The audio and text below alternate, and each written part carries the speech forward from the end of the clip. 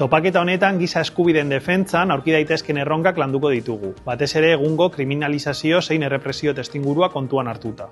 Landuko ditugun gaien artean hurrengo hauek izango ditugu. Giza eskubideen defentsan aritzen diren pertsonek pairatzen duten kriminalizazioa eta jarraipena, komunikazio ez hegemonikoa zein intersekzionala lantzearen garrantzia, defentsan aritzen diren pertsona hauentzako babes zein erresistentzia estrategien garapena, memoria historikoa tresna gisa erabiltzea ez errepikapenerako eta erreparaziorako, eta komunikazioak daukan garrantzia gizarte eraldatze tresna gisa. Mendebaldeko Saharako, Palestinako zein El Salvadoreko kasu zehatzak landuko dira, eta gainontzeko arloetan Mexikoko, Kolonbiako zein Euskadiko ikuspuntuekin kontatuko dugu. Topaketa honetan gurekin izango ditugu parte hartzen arlo akademikoko pertsonak, giza eskubideen defentsan aritzen diren aktivistak, kazetari zein komunikatzaileak eta gobernuz kanpoko erakunden zein mugimendu sozialen ordezkariak. Topaketa hau interesgarri izan daiteke hezkuntzan aritzen diren pertsonentzat, kazetari zein komunikatzaileentzat, gobernuz kanpoko erakundeetan lan egiten duten